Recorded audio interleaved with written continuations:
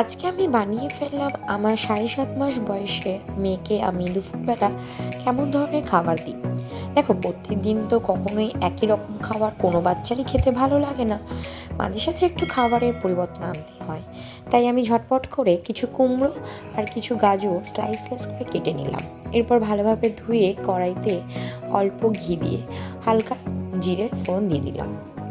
তারপর ওটাকে হালকা ফ্লেমে নাড়িয়ে নাড়িয়ে তার মধ্যে দিয়ে দিলাম কিছুটা কুমড়ো আর ধুয়ে রাখা গাজরটা। সেটাকে হালকা ভাজা ভাজা করে তার মধ্যে দিয়ে দিলাম সামান্য হলুদ। সেটাকেও হালকা ভাজা ভাজা করে অল্প দিয়ে দিলাম আমার মেয়ের ফুটানো জল।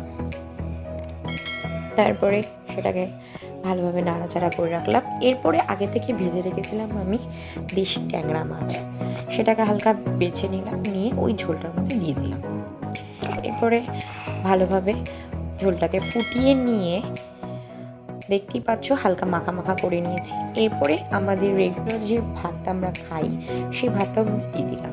তারপরে ব্লেন্ডারে ব্লেন্ড করে তারপরে একটা পাত্রের মধ্যে ঢেলে নিলাম। এরপরে আমি একটা চামচ দিয়ে আমার মেয়েকে সেটা খাপিয়ে দিচ্ছিলাম। আর খাবারটা মোটামুটি ভালোই হয়েছিল খেতে, আর আমার মেয়ে সেটাকে ভালোভাবে খাচ্ছিল। তো আজকের মতো এইটুকুই।